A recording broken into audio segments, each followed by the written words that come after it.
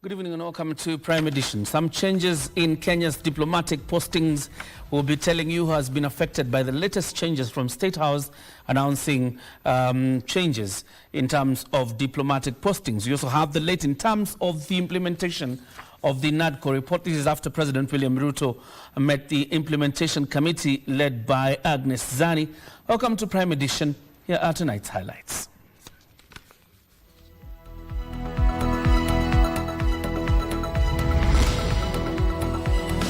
Tracking of the NADCO implementation. President Ruto meets the National Dialogue Implementation Committee ahead of a joint UDA-ODM parliamentary group meeting.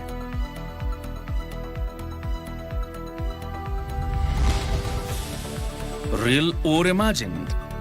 80 Kiambu MCAs threw their weight behind Governor Kimani Wamatangi amid fears of an impeachment motion. Reading up for polls. IEBC seeks to fill vacant positions ahead of by-elections scheduled for February 26th. And concerns over low grade 10 transition rate, even as senior schools reporting deadline lapses.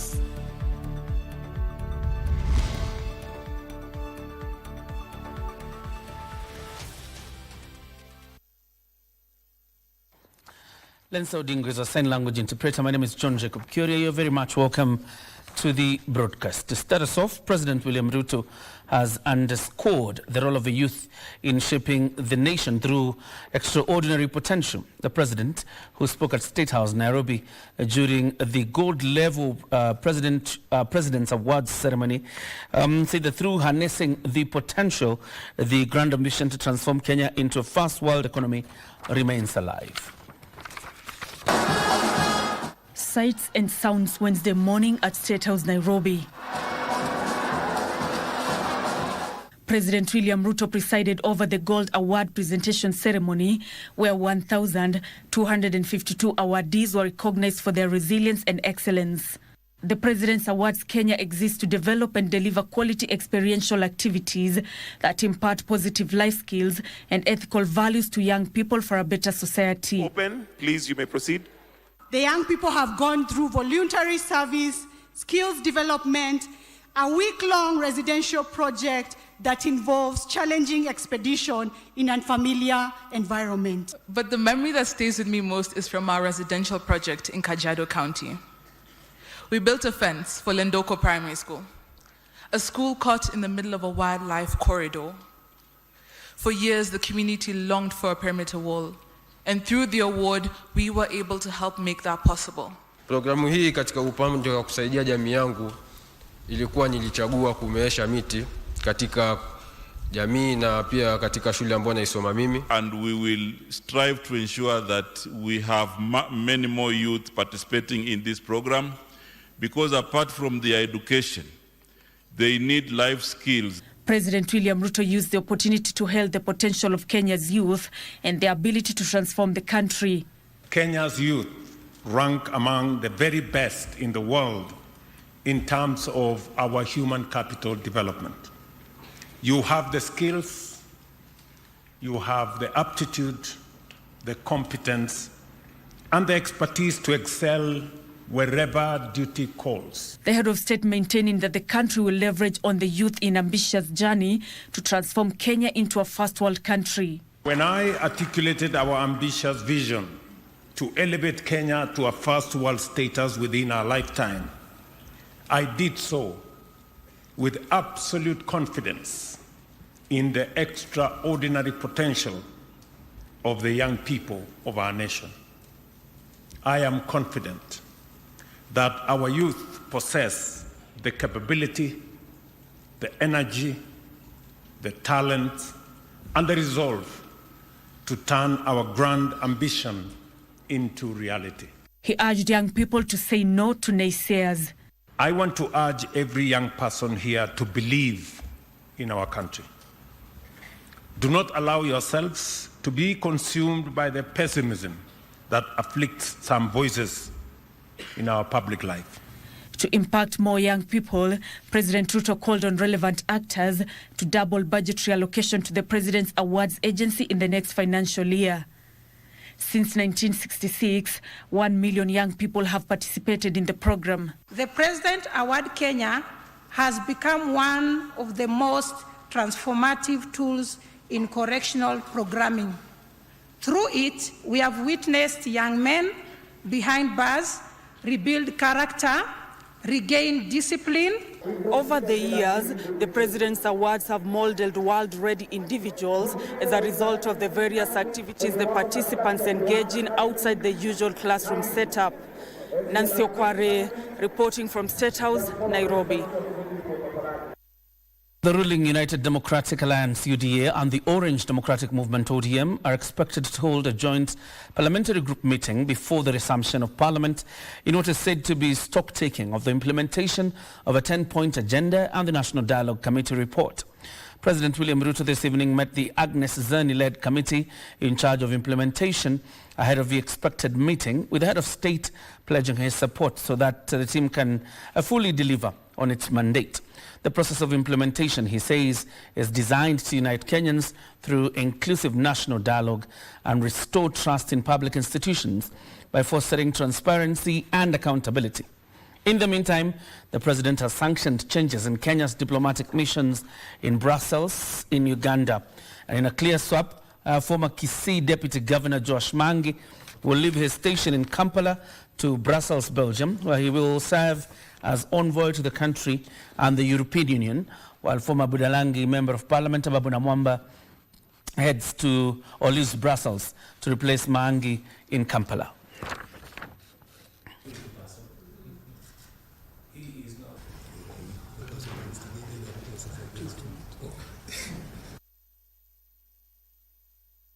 So very quickly, the changes that have been made in Kenya's diplomatic missions today is just a swap really between Babu Namwamba and Josh Mangi. Josh Mangi leaves Kampala to head to Brussels. Brussels is the capital of Belgium, but also serves as the headquarters of the European Union. Now will be represented by Josh Mangi, while Babu Namwamba comes back to Kampala in Uganda, our neighbors here, and of course one of Kenya's biggest trade partners. Now, the national government administration officials will now spearhead surveillance in residential areas to ensure 100% transition into grade 10. Interior Cabinet Secretary Kipchumba Murkomen said the government was adopting a collaborative approach to ensure students who can't afford fees are directed through the Ngao officials to relevant offices where they can access the requisite assistance. This as the extended window period for grade 10 reporting elapses today.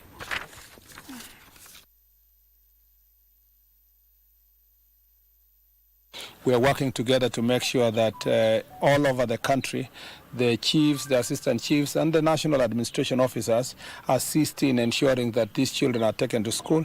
The chiefs and assistant chiefs also will guide those who do not have school fees to the necessary offices for purpose of to be attended to, especially by Constituents Development Fund, where if a child has gone to a day school, it is easy to achieve. Their school fees is barely 10,000 for a whole year. There should be no reason why, with the many bursaries and the resources we have in the community, there is no reason, even if a child did not get the school of their choice, perhaps a more expensive school, they should be able to still transit to grade 10 in the neighboring school.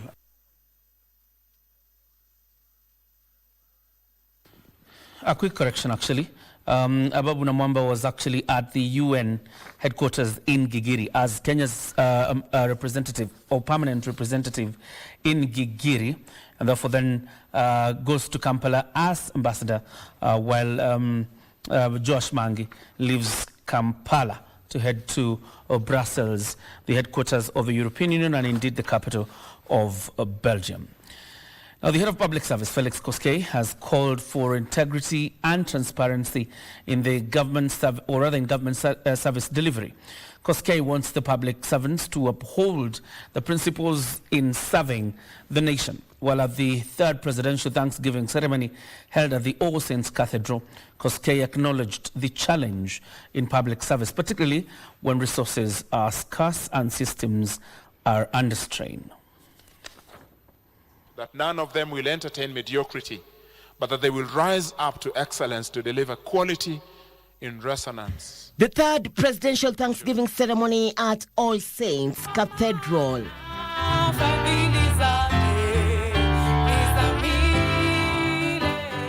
The theme of this year, Stewards of Trust, giving thanks through lives of service, served as a reflective platform to assess the past year and chart a course for the country's future. Matthew chapter 5, verse 14, 15, 16 tells us that you are the light of the world. And therefore, you are representatives of God in those spaces where you are. Cabinet Secretaries and Principal Secretaries' reflections centered on integrity in decision-making, accountability in resource management, and the pursuit of fairness and equity. As we look forward to the years ahead, we learn from the lessons of Joseph, the word about the city on the hill and the light, and that's the expectation. We look at 2026, and indeed we say, this is the year that God will raise us to the next level so that we can serve His people and deliver. President William Ruto is doing the real work and creating something extraordinary in Kenya. The truth is, results take time. He has been planting seeds in projects that are now beginning to flourish. Luckily for us, we have the Constitution, we have the law to guide us, and we have our God to put us in check. Only if we seek wisdom and guidance from God. Chief of Staff and Head of Public Service Felix Koskei expressed optimism for the year 2026, noting that while the nation has faced its share of challenges in 2025, the period ahead holds promise for overcoming economic and social hurdles. To those who feel burned out, may this service be a well of living water for you. To those who face the temptation of shortcuts, may you be reminded that a clean conscience is a soft pillow. Your integrity is the greatest gift you can give to your country. According to Koskei, leaders and public servants should confine within the law in their service to the nation. When you view your job description not just as a contract with the state, but as a covenant with a higher power, everything changes. Integrity becomes an act of worship. Mchuma Odin, Prime Edition. And government has stepped up efforts to seal porous border points in large water bodies as it seeks to stop the proliferation of counterfeit alcohol and drugs into the country. Interior CS Kipchumba Murkomen revealed that the government will increase surveillance in Lakes Victoria and Turkana as they pose the greatest threat. He spoke in Kisumu as he toured the Coast Guards domiciled in Lake Victoria.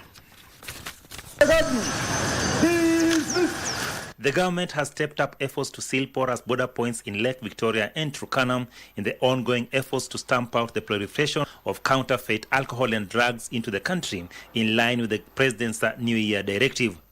Kenya Coast Guard is extremely important in terms of securing this path, especially as we deal with drugs. And we've come here to look at their preparedness, and we've realized that they need more boats. As you know, the Lake Victoria and the activities that go there contribute a substantial part of our county's GDP, and it's something that we take very seriously. Interior Cabinet Secretary Kipchumba Murkomen said amongst the areas sought to be improved include increased personnel through recruitment, training and equipping the current Coast Guard teams in the respective lakes. We want to expedite that process to enable the Coast Guards to and to working together in a multi-agency with a multi-agency team from other sectors to ensure that they can patrol the Lake Victoria. One of the things that has been discussed today is the issue of safety in the lake. I want to point out in particular those who have taken their resources and their wealth to invest in fish cages in the lake.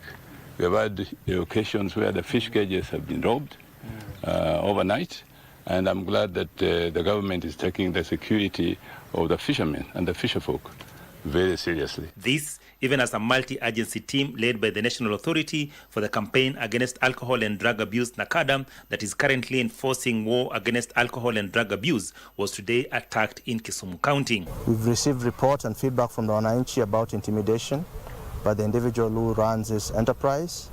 And from what we hear is that he is very connected.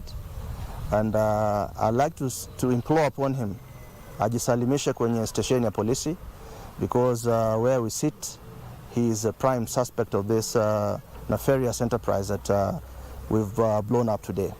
A pre-dawn operation turned into a running battle in Ahero as hired goons engaged officials from the National Authority for the Campaigns Against Alcohol and Drug Abuse. The raid, targeting a premise operated by a notorious peddler in the county, yielded thousands of liters of illicit alcohol. Being an intelligence-led operation, we were able to nab an assorted number of alcoholic drinks from our wines and spirit called Embassy. And amongst what we have collected, what we suspect is contraband alcohol, some bearing the logos of brands that are from our neighboring country. Another simultaneous one in one of his residences also unearthed warehouses containing thousands of empty plastic bottles and unlabeled packaging cartons, signaling a major counterfeiting syndicate. The operation turned chaotic when the primary suspect arrived and attempted to forcefully storm into the secured premises. After failing to access the premise, rowdy youths were mobilized and began pelting the security teams with stones. The contraband goods were seized and will form part of the exhibits. Achola Simon, Prime Edition, Kisumu County. To some politics now, and Ford Kenya Party has announced plans to hold nationwide grassroots elections by the end of April in a bid to reposition itself politically. Speaking in Nairobi on Wednesday, the party's deputy leader, Ken Lusaka, has also reaffirmed their commitment to the Kenya Kwanza Alliance and support for President William Ruto's re-election. Ford Kenya Party's management committee met in Nairobi on Wednesday, where key resolutions meant to strengthen its grassroots presence were made. According to party's deputy leader and Bungoma Governor Ken Lusaka, Ford Kenya resolved to conduct grassroots elections by the end of April 2026. These elections are aimed at 1, strengthening party structures from the polling stations, ward, constituency and county levels. 2, enhancing internal democracy and inclusivity. Grassroots elections, which are starting in April, as announced by our PL, are aimed at, first of all, refilling those positions where members may have moved to other parties or members are deceased. The party also vowed to stay firmly within Kenya Kwanza Alliance, pledging full support for President William Ruto's re-election bid in 2027 general election, while also expressing support for planned talks between UDA and ODM expected to form a merger ahead of the elections. Ford Kenya is very happy to be in the Kenya Kwanza coalition. And in this coalition, we welcome other brothers, parties from other areas. We'll also go and negotiate for what we can get. So as it is now, whatever you're saying, they are negotiating for the position of deputy president. These are still speculation.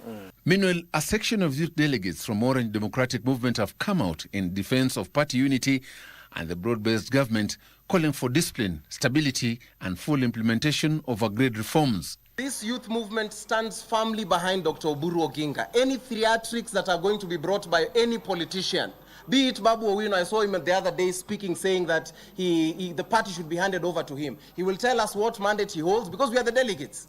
And we are telling him that if he thinks he's bigger than Daktari, he should go and form his party, as my comrade has said. Dr. Oburu has never, at one point, shown the interest of chasing any political leader from this party. But why is it that they cannot respect him? Why is it that they cannot give him time to lead us? Elsewhere, Matungu Member of Parliament Peter Nabulindo has asked Cooperative and MSME's Cabinet Secretary Wycliffe Oparanya and Kakamega Governor Fernandes Baraza to put aside their political differences and stop fueling what he termed as divisions within ODM in Kakamega County. Na unakuja Kakamega, tunagawanyika. Hata sisi wenyewe viongozi hatuoni kama hiyo ni kitu ya ajabu, ni kitu uniki kwamba Kenya nzima is only one county which has 2 factions of ODM. Kwa hivyo mimi siungi mkono faction yoyote ama siungi mkono mgawanyiko wa ODM Kakamega. Joseph Wahungu for Prime Edition. Time for us now to take our first breather on Prime Edition. But a quick reminder of some of the appointments that President William Ruto has made today, one of them being the appointment of Francis Major to the chairperson of the Public Service Commission. You remember that Ambassador Anthony Mushiri, who was actually the chairperson of the Public Service Commission, has been posted to Ankara, Turkey, as Kenya's envoy there. Again, Ababu Namwamba has been appointed to the Ambassador Kampala, Uganda. That means he leaves the United Nations, that is UNEP, here in Gigiri. And then again, you have Josh Mangi leaving Kampala to head towards Brussels in Belgium as Kenya's envoy there. We take a breather. We're back shortly with more news.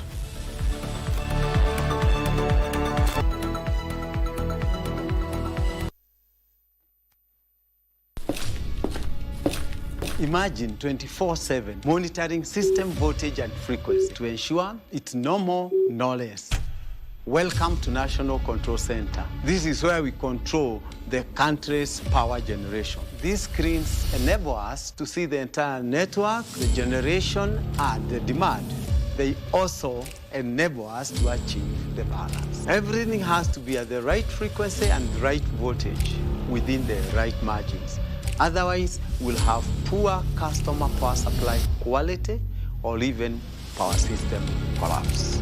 From Olkaria Geothermal, Seven Forks Hydros, and other generation sites, you have to generate power, transmit it, deliver it to the substation, all the way to the transformer, and finally to you. My name is Engineer Teacher, Pamoja Toanga. Kuna upayakani mtu akikwambia hiyo picha ni mzuri? Kuna upayakani? Unaangalia simu yangu kwa nini? You're not allowed to read anything on my phone. Excuse phone me. is private. What can you do? I can terminate you even now. To terminate who? Yes. Nauliza, macho iko na pasia? Macho hakuna pasia. Very good. Kuangalia ni vibaya? Ni makosa, hapana angalia kitu. Nauliza kuangalia namna hivi vile naangalia ni makosa, ni dhambi. Hiyo hakuna makosa. Very nice. Kwa nini unakuja kuongea mambo ya urongo na ili hali wakati mimi nilikuwa naangalia apiria wengine ulinipika ngumi na ukaningoa meno? Si ndio hii? Na hata huku ingia kwa hiyo kali, huku kwa hiyo matatu. Kwa nini? Nani alikutoa ndani ya matatu? Kama wewe anatwanga hii msemo ngumi, nani alitoa wewe? Dereva ndio walitusema tushuke chini. Nikakukamata ukasema nisamee. Ukumbuke ukiomba msamaha. Acha uongo bwana, watu wajinga. What does it have to do with you? Hold on. Of course it affects me. You can choose to work here in Africa. That's a big deal. I think she's right. Dad isn't just my father. He's a doctor and a leader, and he's his own man. That's why he's forcing such a young girl to get married. Let's adopt Essie. Huh?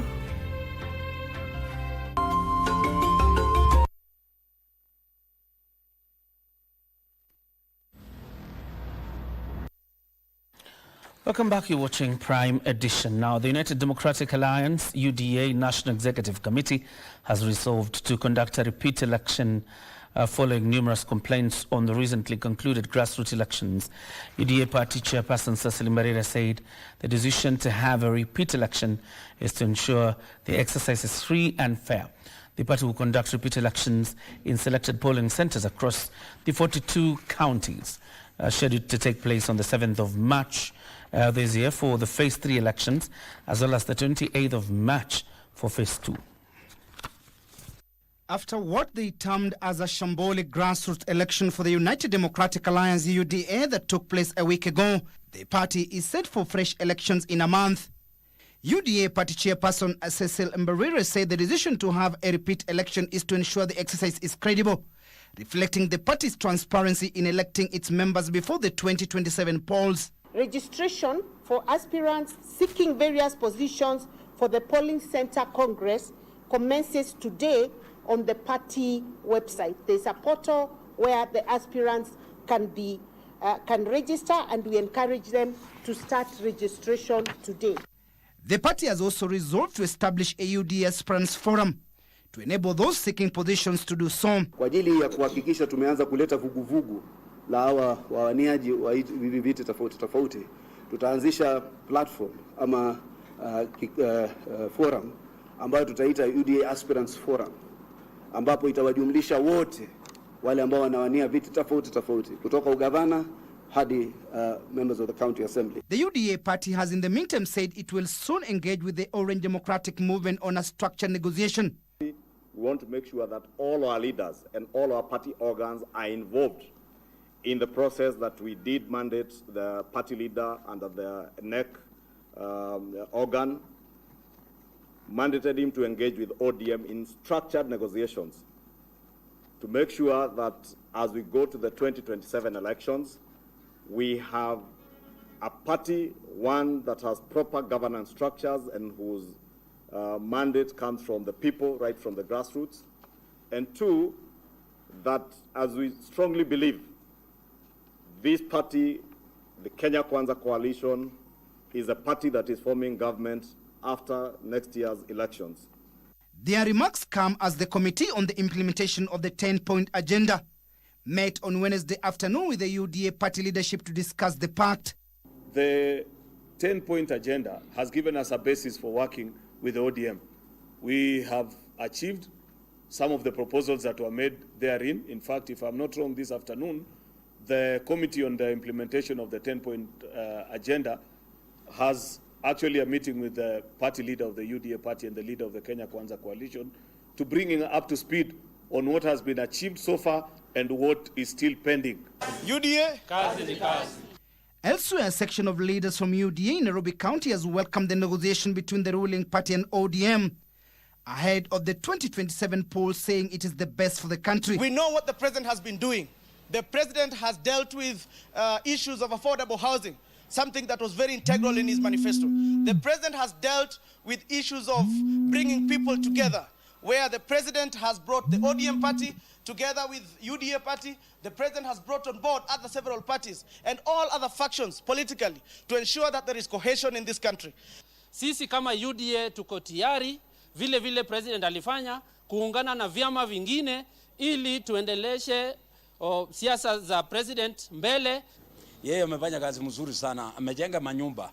Na hii manyumba unapatiwa tu kufungua, unaenda fungua nyumba, hakuna broker, hakuna lawyer. We are not here to fight anybody. We are here to work with the president as his foot soldiers in the grassroots so that we may forge ahead to the coming elections. Timothy Kipnusu for Prime Edition. On election matters now, the Independent Electoral and Boundaries Commission, IEBC, has invited qualified applicants to apply for temporary positions ahead of February 26th by-elections in Isiolo South constituency, West Kabras, Evurore and Momenje wards. Before Monday, January 26th, the positions include support electoral trainers, and that should be January 26th, yes. The positions include support electoral trainers, presiding and deputy presiding officers, and polling clerks. Isiolo South residents are witnessing a historical first as siblings take on each other ahead of the February 26th by-election. In 2027. The Independent Electoral and Boundaries Commission, IEBC, has invited qualified applicants to apply for temporary positions ahead of the mini-poll. The positions include support electoral trainers, presiding and deputy presiding officers, and polling clerks, with the commission urging Kenyans to apply before the deadline on Monday, January 26th. The electoral body has emphasized that these positions are critical to the smooth conduct of the upcoming by-elections and form part of its ongoing efforts to enhance credible, transparent and efficient electoral processes in the by-elections. Jubilee's Bina Mohammed is wrestling with her brother Tubi Mohammed, who secured a UDA ticket for the seat that was left vacant by their late father. Abdiaziz Hashim for Prime Edition. Some sad story here. Health services at the Mama Lucy Hospital in Nairobi County are almost grinding to a halt, with interns left to attend to patients following the stalemate of clinical officers and the Nairobi County doctors, which has paralyzed services at least 75% of health services in that facility. Addressing the media after visiting the facility, the Kenya Union of Clinical Officers maintained they will not resume work until their demands are met, including signing of the collective bargaining agreement, payment of 19-month salaries arrears, to Global Fund staff and absorption of UHC staff to permanent terms. The union, however, has been invited for a consultative meeting by the Council of Governors on Thursday to resolve the concerns raised with the hope of restoring normalcy in the country's public hospitals. Where all public facilities currently are minimally operating, actually closed down. Nothing is happening. A facility behind us on a daily basis, when it is functioning normally, sees more than 3,000 patients. We have checked. The patients who are being attended here, even by the interns and the students, are less than 300. So where are the other 2,700 patients?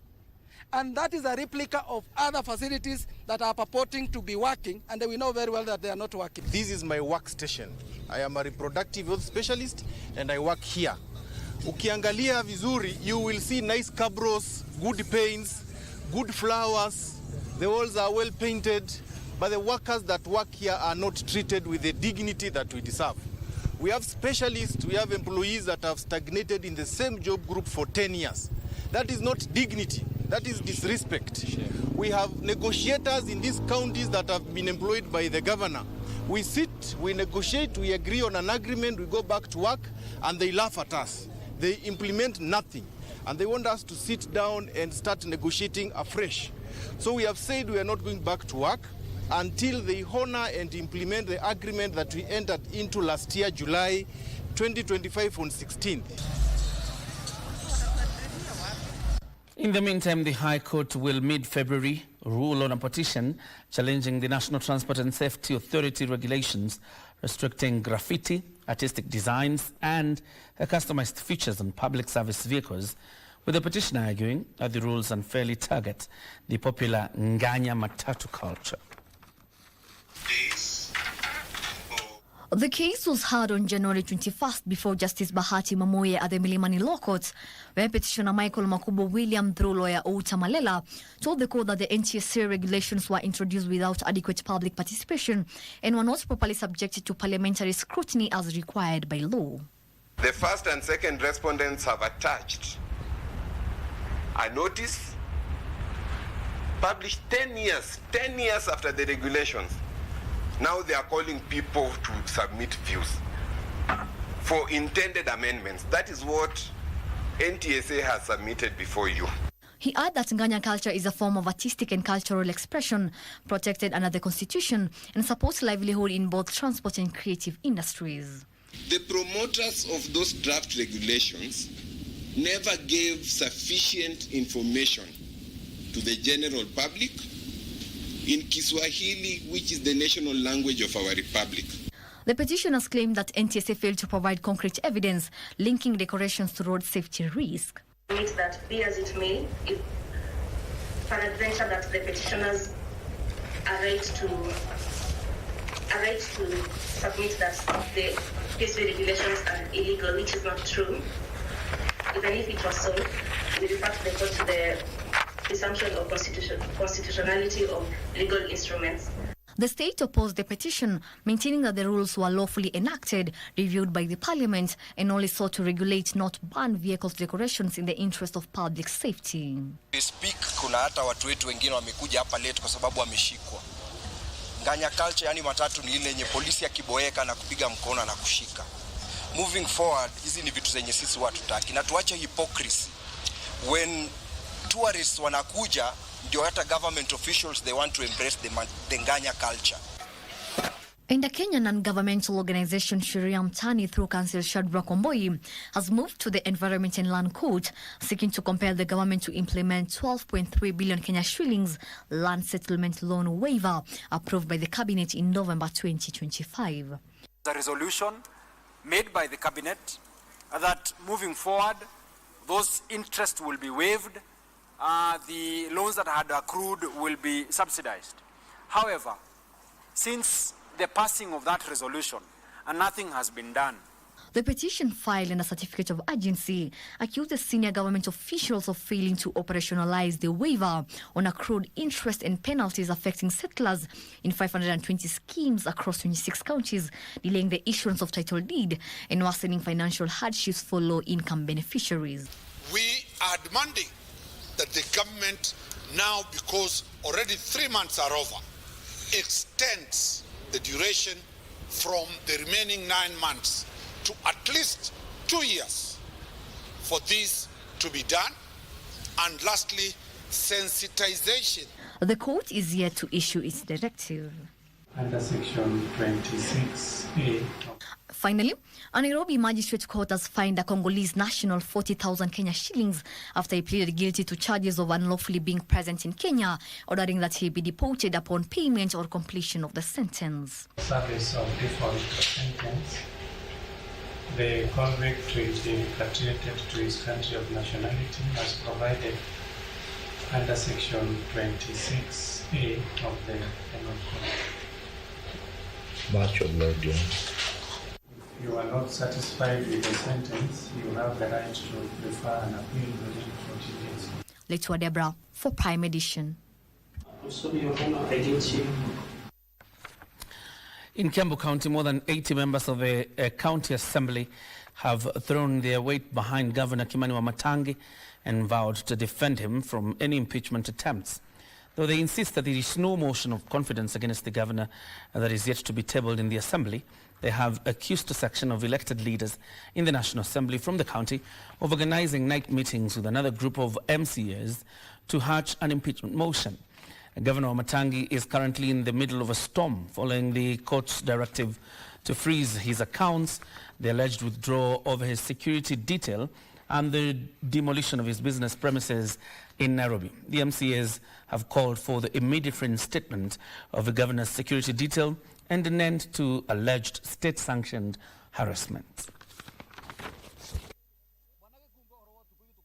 Sisi tumesimama na gavana Wamatangi 100%. Na hizo mambo ambazo zimepangwa, wenye wanafikiria kwamba kunaweza kuwa ati kutaweza kuwa na mambo ya kumng'atua kwa kichwa kwa kiti kwa njia ya impeachment, wajue kwamba sisi ndio wenye kura za County Assembly. Na hakuna mtu wako hapa anaweza mtoa kura kwa kiti gavana Wamatangi. Kwa nini wanataka kuleta impeachment ili hatujui? Na sisi kama wabunge wa Kiambu ambaye tuko hapa, leo tutasign, tuna confidence yetu na governor na itakuwa table leo hapa kwa ofisi yangu ya speaker. Hakuna mtu anaweza leta motion nyingine tukiwa na ile ya confidence mpaka miezi 6 ise. Hawa watu wanaona wa Kiambu ati ndio wamepewa pesa huko nje ndio waleta impeachment kwa bunge. Let them trust us. We won't allow that someone kukuja na hiyo impeachment hata kwa gate.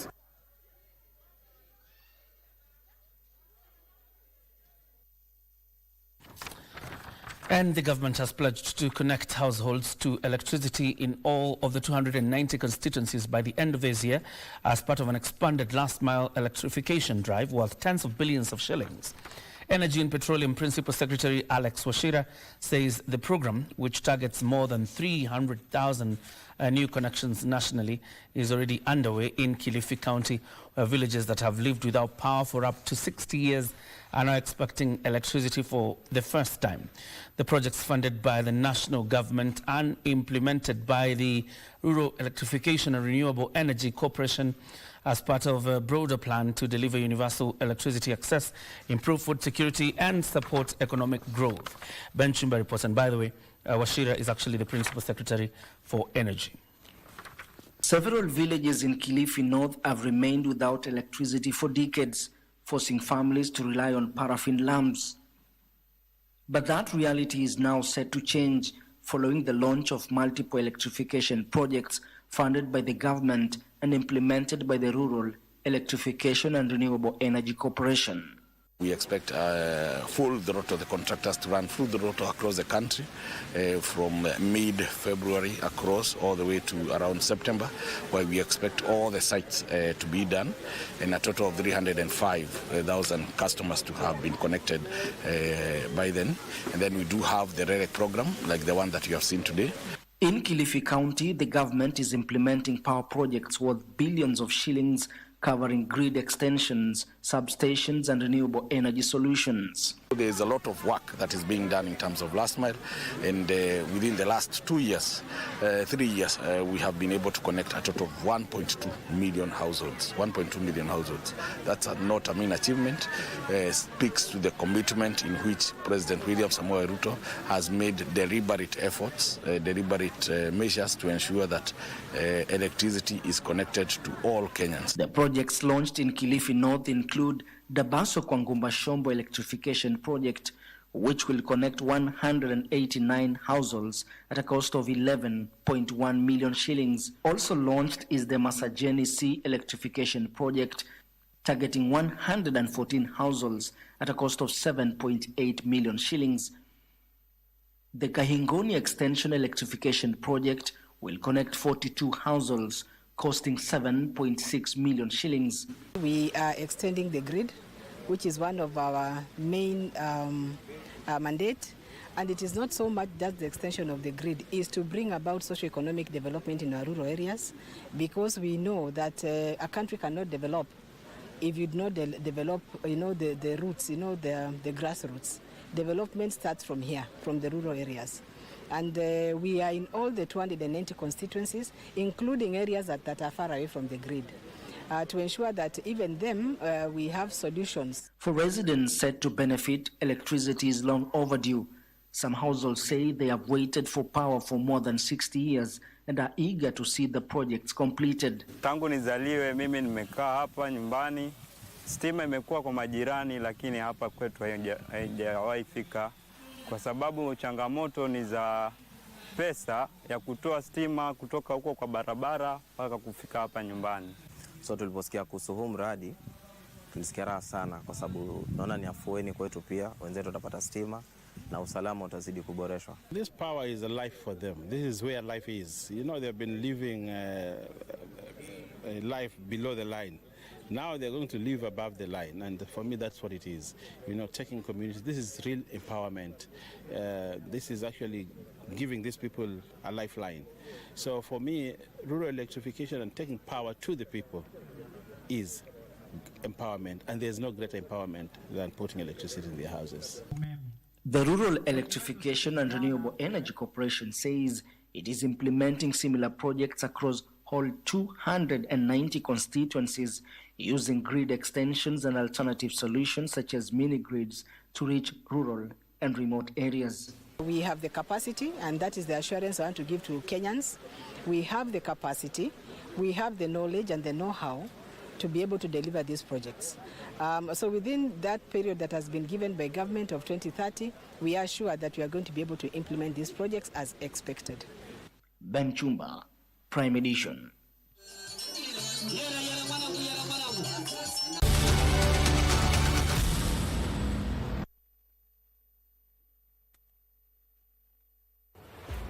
Guess how long line zetu za stima ziko? Bright moments.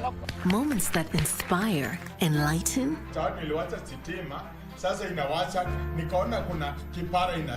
and give hope, joy, and clarity. We move forward together, shining and with purpose. For years, we have been your trusted partners that have kept the path illuminated into a bright shared future. Empowering education, information, and entertainment, bringing light to homes, schools, shops, and hospitals in urban centers and villages. Our aim is to do everything possible to keep dreams alive through dedication and power. Kenya Power. Pamoja twang'aa. Kila mwisho wa juma kwenye runinga yako ya KBC Channel 1. Tunakuletea Mkulima. Ni kipindi cha kila mtu. Iwe wewe ni mkulima mdogo, mkulima mkubwa, muuzaji au mnunuzi, au yeyote anayenuia kuanzisha kilimo ama ufugaji. Tunaanza kwa mbinu bora na za kisasa za kilimo, ufugaji, fursa za kibiashara, kuongeza thamani, pamoja na teknolojia za kuboresha kilimo. Ni chakula ambao kwetu sisi inatuletea mapato mazuri, watoto wanasoma vizuri. Mkulima Kisasa inakupa maarifa, motisha na suluhu za kurahisisha mazao, kuongeza kipato na kulisha taifa kwa ujumla. Tazama Mkulima kila Jumamosi saa 10:30, ambapo kilimo na fursa zinapatikana. Mkulima, tuko hapa kwa ajili yako.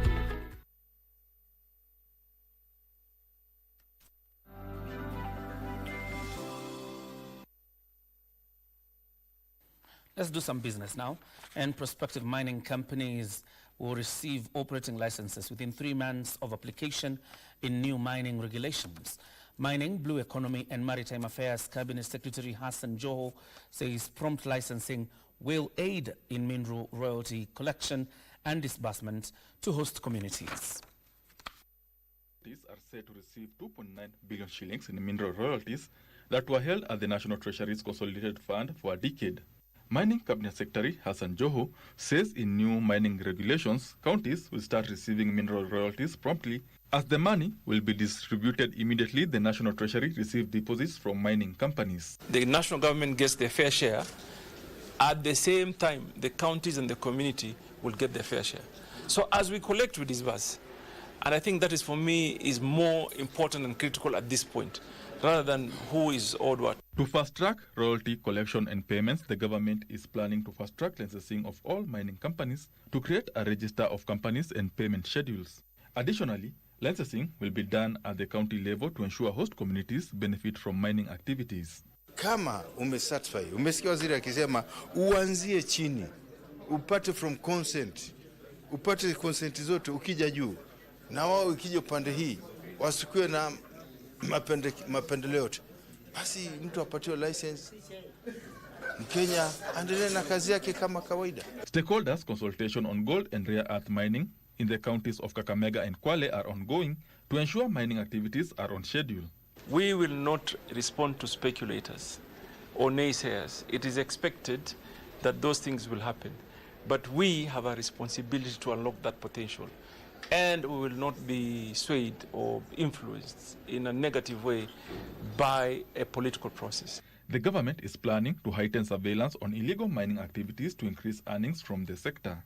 This is an exercise that we'll always, us from our side, continue to enforce to ensure the right and licensed mining companies are on the ground. Benson Rioba reporting for Prime Edition.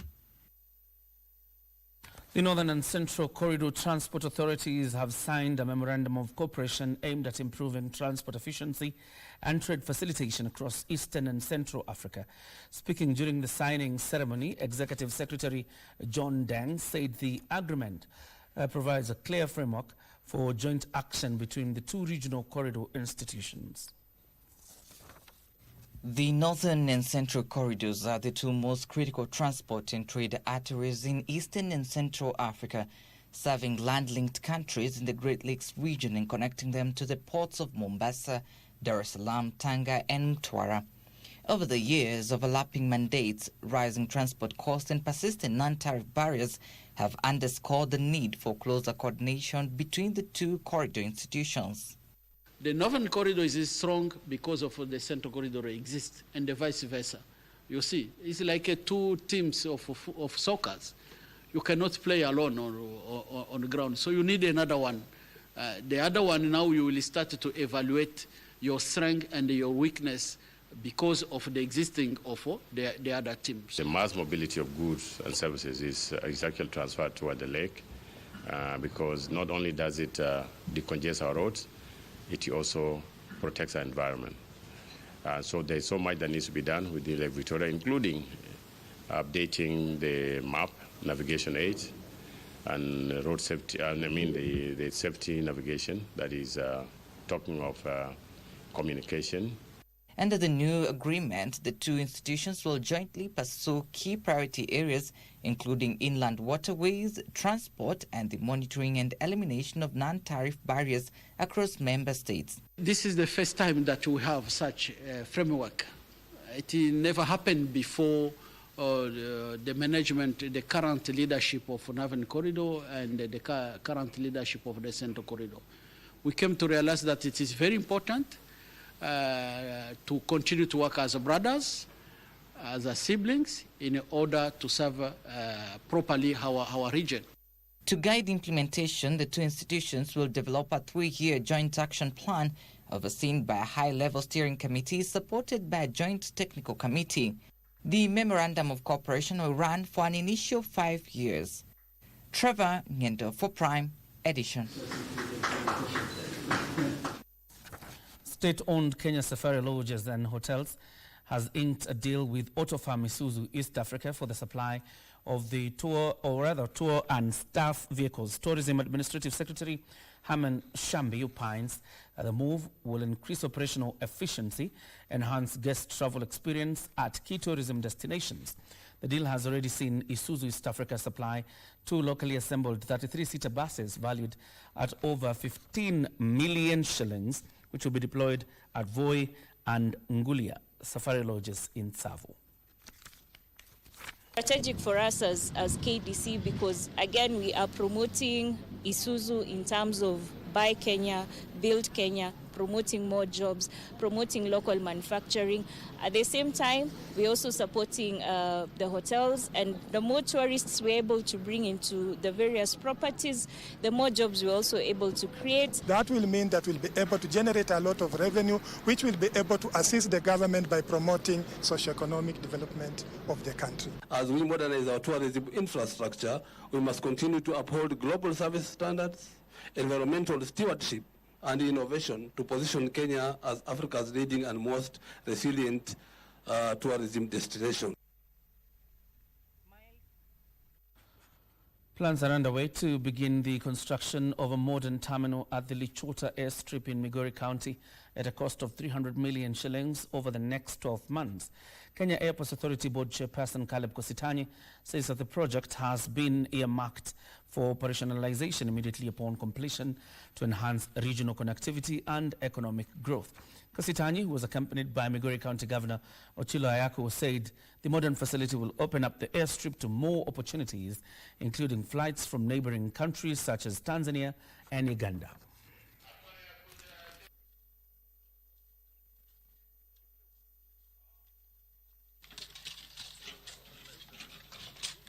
What we did as an administration, with the consent and agreement of Kenya Airports Authority, was to put up the facilities you see there, that little terminal and the other supporting facilities, so that our people would connect to Nairobi.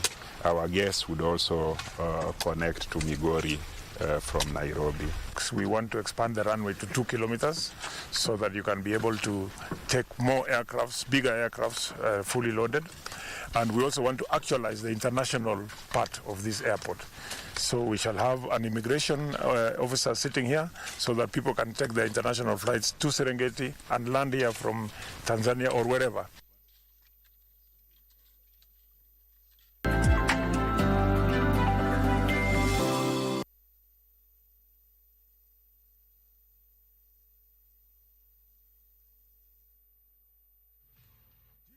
Wewe ni mpenda soka?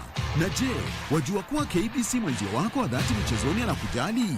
Ndio maana KBC Channel 1 hukuletea taarifa na uchambuzi wa soka. CAF ndio wamechukua usukani humu nchini, barani Afrika na ugaibuni, ikiwemo EPL, Serie A, Bundesliga na ligi zingine. Mashabiki pia hutuzwa kwa kujibu maswali kuhusiana na soka. Swali letu la leo. Haya yote ni kwenye kipindi cha Dunda Dunda kwenye KBC Channel 1 kila Ijumaa kuanzia saa 5 asubuhi hadi saa 6:30 mchana. Nawahimiza Wakenya waendelee watch Dunda Dunda show. KBC, wenzio wa dhati michezoni.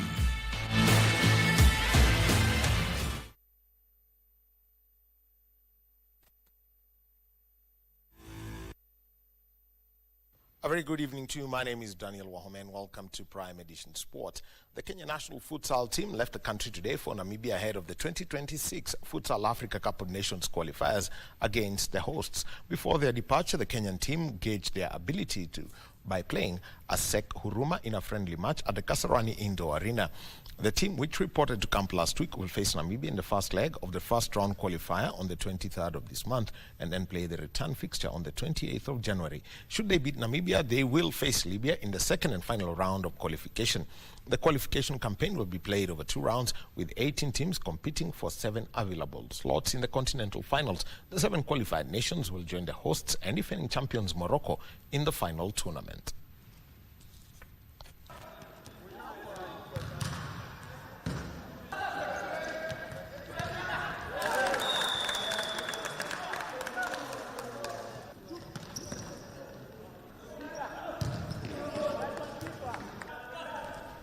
The National Olympic Committee of Kenya has awarded the national women's volleyball team, the Malkia Strikers, a scholarship worth $50,000 a year to support their preparations and qualification campaign for the 2028 Olympic Games. The Confederation of African Volleyball has confirmed that Kenya will host the 2026 Africa Women's Nations Volleyball Championship in Nairobi from the 23rd of August to the 5th of September this year. Daniel Mwendwa has a story. Speaking during the event, NOC Secretary General John Ogola said the funds sourced from the Olympic Solidarity will be disbursed progressively from now until the Los Angeles game in 2028.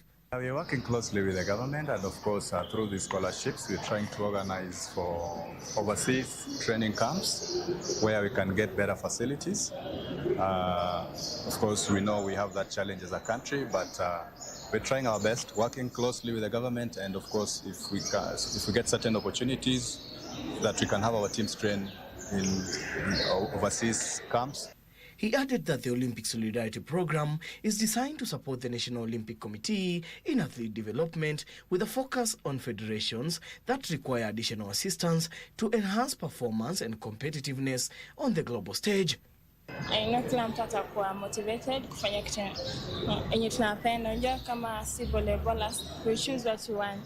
Na kama tuchagua volleyball na tukiona hivi scholarship inakuja towards us, tunakuwa motivated sana. Meanwhile, the Confederation of African Volleyball has confirmed that Kenya will host the 2026 Africa Women's Nations Volleyball Championship in Nairobi from 23rd August to 5th of September.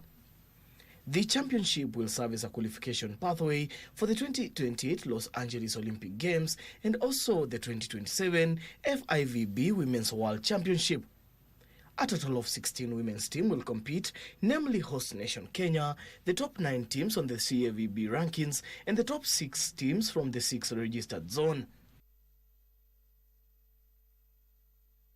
Now, Windsor Golf and Country Club professional player Njoroge Kivugo has been crowned the Order of Merit champion of the inaugural Sunshine Development Tour East Africa Swing following a dominant victory at the season finale, the ABSA Invitational Series at the Karen Country Club. Njoroge Kibugu, who began the final round tied for the lead with Rwanda's Celestine Sanzuwera on 8 under par, delivered a composed and clinical performance, carding a final round 6 under par 64 to pull clear and secure both the tournament title and the overall Order of Merit crown. The victory confirmed Kibugu's place at the top of the final Sunshine Development Tour East Africa Swing Order of Merit, where he finished with 1,497 points, following 4 tournament wins and top finishes during the season. He also pocketed 400,000 shillings from the tournament's 2 million shillings prize pass. Coming into Thika, I didn't have my best stuff, and coming out of the holiday, I wasn't too confident, but this has definitely helped boost it, so I feel great. Celestine Sanzuwera finished second overall on 9 under par 201 after a determined final round effort as he chased a third title on the tour. His runner-up finish saw him end the season second on the Order of Merit with 1,317 points, having claimed 2 tournament wins during the campaign. Taimur Malik finished as the leading amateur at Karen, producing a superb final round 5 under par 65 to finish third on the leaderboard with a total of 8 under par 202. Mutai Kibugu finished 4th. Zimbabwe's visitor Mapwanya tied on 2 under par 208 with Greg Snow and Mike Kisia. On the final Order of Merit standings, Dismas Indiza finished 3rd with 753 points, followed by amateur John Legirma with 605 points and Greg Snow with 578 points. And Kenya's growing baseball community received a major boost this week after dozens of coaches and umpires from across the country converged at the Nairobi Field of Dreams complex at the JKUAT for an intensive two-day professional training program. The Play Global Coaches and Umpires training brought together participants from different regions for high-level instruction aimed at strengthening coaching and officiating standards in line with international best practices. Speaking during the training, Baseball Federation of Kenya President Dr. Titus Mutweri said the initiative was a significant step towards building capacity in the sport across the country. He noted that while baseball is steadily growing in popularity, the sport faces unique challenges, particularly the high cost and limited availability of specialized equipment and facilities. Training was led by two highly experienced international baseball educators, Anthony Bennett, a globally respected mental skills coach and manager of the Austrian men's national baseball team, and Brian Scott, a special advisor to the WBC Africa president. With growing international partnerships, improved facilities, and renewed focus on school-based development, stakeholders say the future of baseball in Kenya looks increasingly promising as the sport continues to gain a foothold nationwide.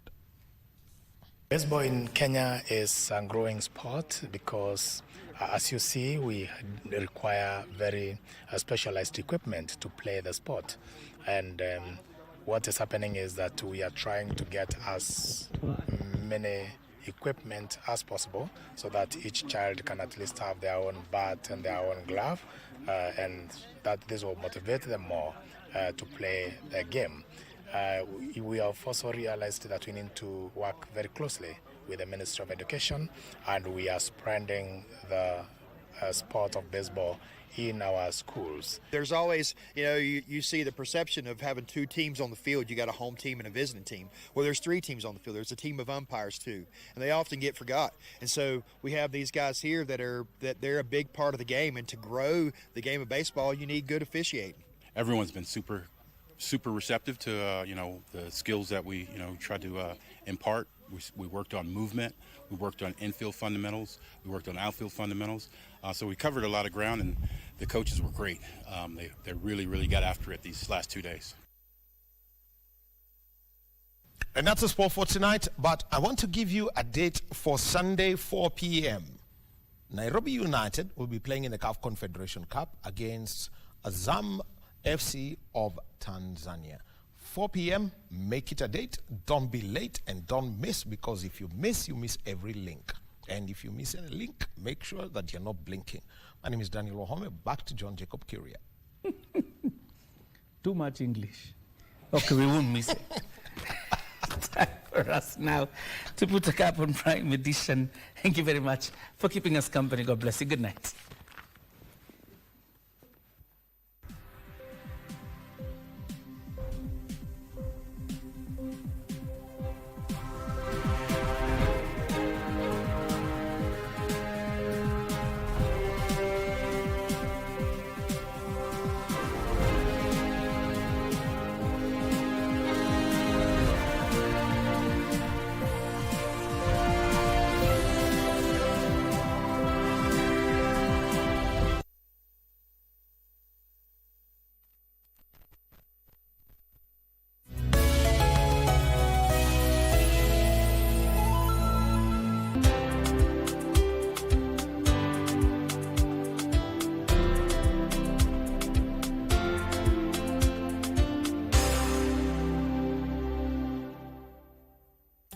Sahi, ukidial star 419 hash option 4 ama uingie kwa tushinde.com, hakuna probox. Jaribu. Ni ukweli. Yaani nimeshaingia na ndio tunafyeka. Ya inaona iko ndani. Wanaongelea nini hao? Ni shamba. Na sio moja, sio mbili, shamba 3 hapa Juja. Very nice. Na ni area moja development na growth iko promising sana. Stima iko ndani. Hiyo. Maji inapatikana.